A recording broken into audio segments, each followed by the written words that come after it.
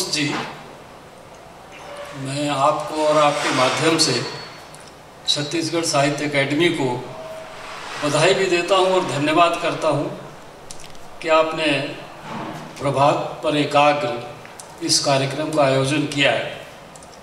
क्योंकि मेरे मत से यह मेरी मान्यता है, हिंदी साहित्य में जो 5-7 चुनिंदा साहित्यकार हैं शीर्ष स्तर के, उनमें प्रभात त्रिपाठी का नाम होना चाहिए और मेरी दृष्टि में है। तो इसलिए उन पर इस तरह का कार्यक्रम करना बहुत ही आवश्यक था, जिसकी बहुत पहले शायद भी हो जानी चाहिए थी इस तरह की बात, लेकिन हो नहीं पाई। और मैं तो चाहता हूं कि जो केंद्रीय साहित्य अकेडमी है हिंदी की, उसको भी इस तरह का कोई कार्यक्रम प्रभात पर आयोजित करना चाहिए। जैसा कि कहा गया, ये बात कुछ हद तक सच भी है कि हम लोग बहुत सालों से एक साथ रहे।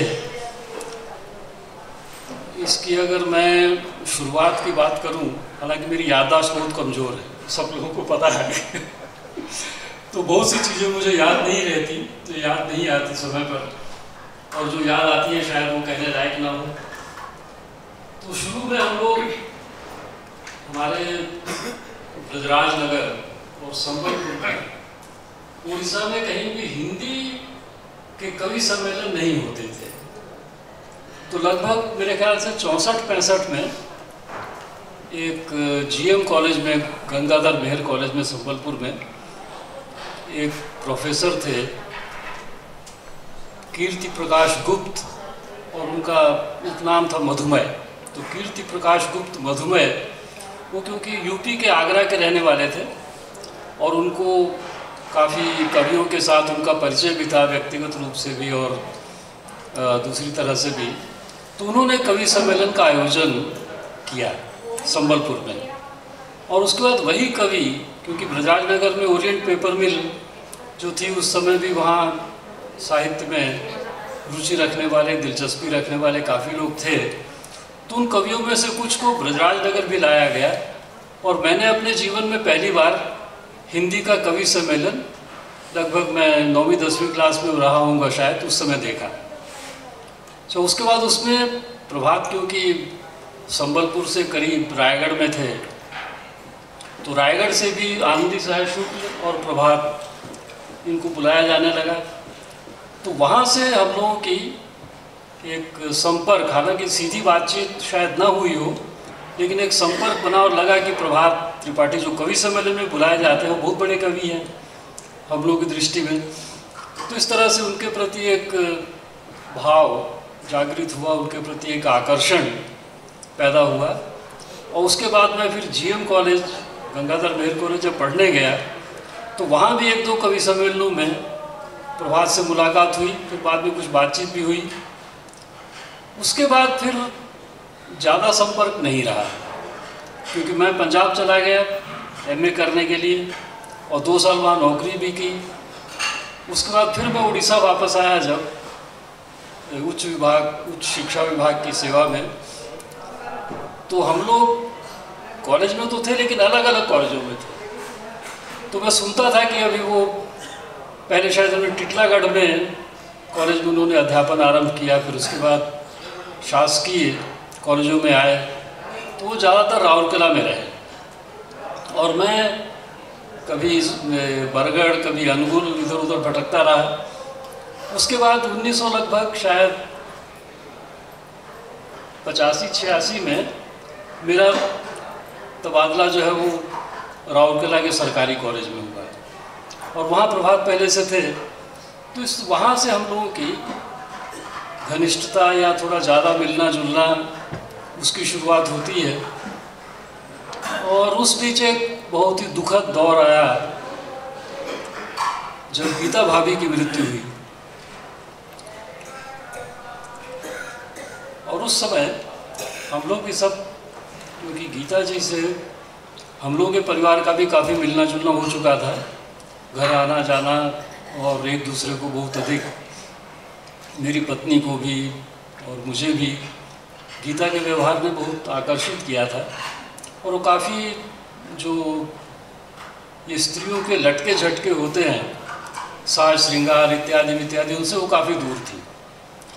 वो तो बोली मुझे तो ये भी नहीं पता है कि लोग रात की क्रीम और दिन की क्रीम क्या अलग अलग क्यों लगाते हैं और उसमें क्या फ़र्क है। तो इस तरह से वो हम लोगों को तो दुख हुआ ही, लेकिन प्रभात भी उस समय काफ़ी एक बदहवासी के आलम में रहे। और वहाँ से उनके जाने के बाद प्रभात जब अकेले रहे तब मेरा जाना आना और भी ज़्यादा बढ़ गया उनके साथ। और उसके बाद फिर उनकी जो रचनाएं वो लिखते थे, उनका शायद पहला श्रोता या पहला पाठक मैं ही होता था। ज़्यादातर पाठक तो नहीं, वो बोल के सुनाते थे और मैं सुनता था। मैंने उनका जितना पढ़ा नहीं उससे ज़्यादा सुना है।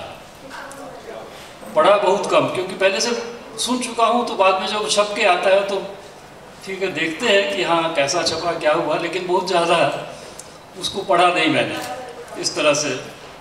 तो ये संपर्क चलता रहा जब तक फिर उसके बाद हम लोग दोनों ही सेवानिवृत्त हो गए एक के बाद एक।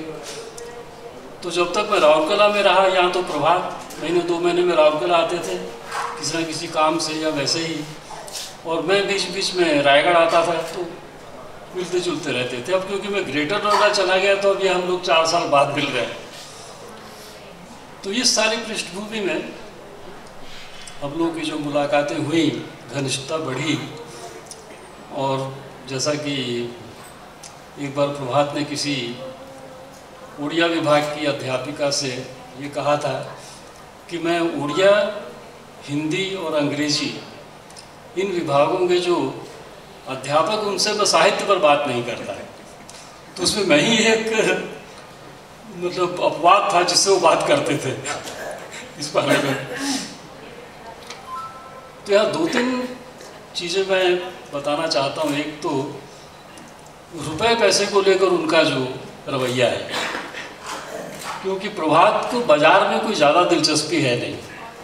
जैसे मैं किसी मॉल में या किसी बड़े बाज़ार में घूमते हुए बिना कुछ लिए भी घंटों गुजार सकता हूँ, लेकिन प्रभात इसमें बहुत जल्दी बोर हो जाते हैं। हाँ, उनको अगर दिलचस्पी है तो सब्जी के बाज़ार में सब्जी खरीदते समय या सब्जी लेते समय वो काफ़ी आनंद की मुद्रा में होते हैं, और वहाँ वो कितना भी समय लग जाए उसमें उनको कोई दिक्कत नहीं होती।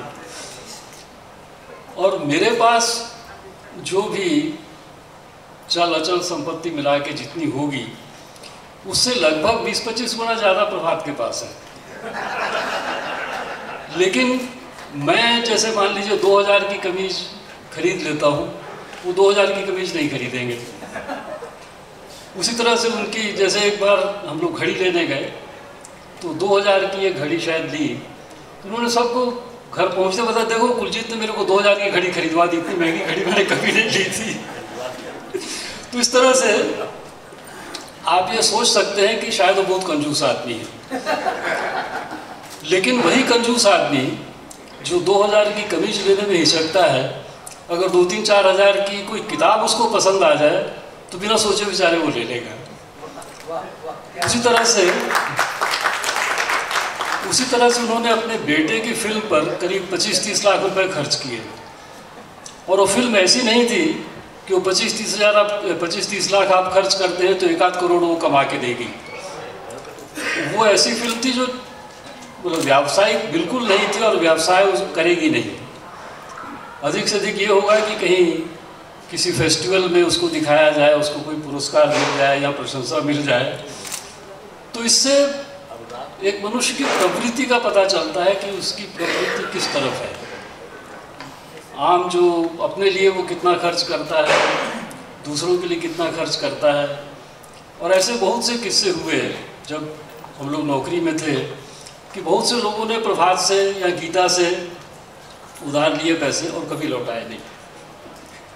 लेकिन ये होते हुए भी अगर दोबारा फिर उनको ज़रूरत पड़े तब भी उनको पैसे वो दे देते थे। मेरे साथ भी ऐसा हुआ है कि मैं एक मकान खरीद रहा था, और वो मकान जिसको कहते हैं सेल्फ फाइनेंस स्कीम, यानी पहले आप खुद पैसा देंगे, आपके पैसे से वो बनेगा, बाद में आपको मिलेगा। तो लगभग 2 साल 3 साल में शायद हर 6 महीने में 1-8 किस्त देनी पड़ती थी। तो एक बार मुझे थोड़ा किस्त देने में दिक्कत हुई, क्योंकि मैं वो जो हम लोगों का GPF था, जनरल प्रोविडेंट फंड, उसी से पैसा निकाल के प्राय किस्त भरता था। तो उसमें भी कभी कभी होता है कि आप आवेदन करते हैं लेकिन पैसा मिलने में आपको देर लग जाती है। तो मैंने प्रभात से बात की तो उन्होंने कहा हाँ हो जाएगा, कोई बात नहीं। तो मैंने सोचा कि उनके सेविंग्स बैंक में होगा, लेकिन जब हम बैंक गए तो पता चला कि वो फिक्स डिपॉजिट है और उसमें से पैसा निकाल कर वो मुझे दे रहे हैं।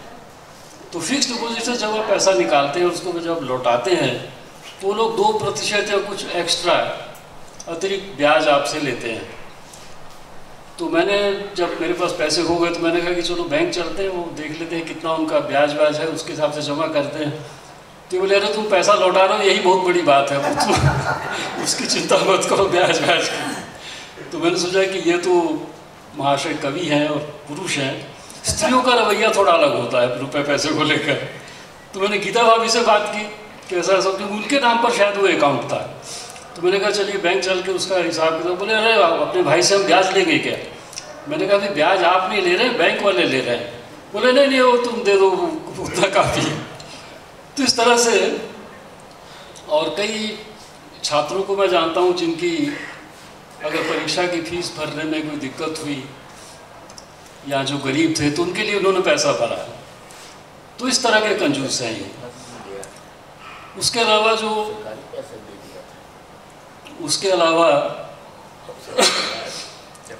जो साहित्य के बारे में भी इनका रवैया रहा है। साहित्य में भी जैसा कि जिक्र भी हुआ इस बीच कि प्रभात ने जितने लोगों को एक तरह से प्रमोट किया या उनके ऊपर समीक्षा लिखी और उस समीक्षा से उनको एक नाम दिलवाया, वैसा प्रभात के बारे में शायद जैसा कहा गया कि बहुत ज़्यादा नहीं लिखा गया और उन्होंने उसका आग्रह भी नहीं किया। मैंने खुद देखा है कि मामूली साहित्यकार भी जो इस लायक नहीं है कि प्रभात उनकी भूमिका लिखे उनके किताब की, उनके लिए उन्होंने कहा तो उन्होंने भूमिका लिखी थी। लेकिन प्रभात ने शायद ही किसी को कहा हो कि मेरे लिए तुम इस किताब की भूमिका लिखो या मुझ पर तुम एक लेख लिखो। तो इस प्रकार से उनका रवैया साहित्य में भी देने का अधिक रहा, मांगने का या लेने का बिल्कुल नहीं रहा। तो ये उनकी रचनात्मकता का भी एक पहलू है। और क्योंकि जो आदमी अपने पर बहुत खर्च करता है, घर में बहुत सा सामान, कीमती सामान भर के रखता है, तो मुझे लगता है कि उस व्यवहार से, उस प्रवृत्ति से उसकी रचनात्मकता पर भी असर पड़ता है।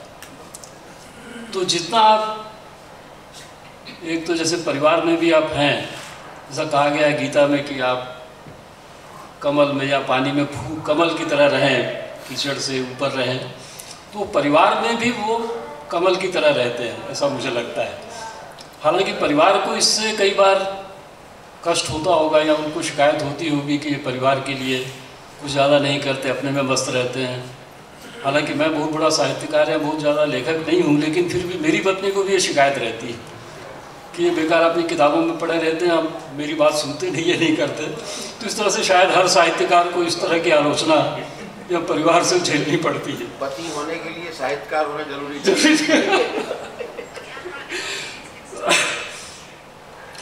तो इस तरह की बहुत सी बातें हैं, इन पर और फिर आगे बात हो सकती है।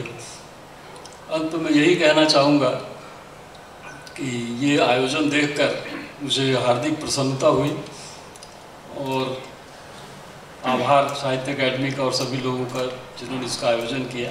धन्यवाद।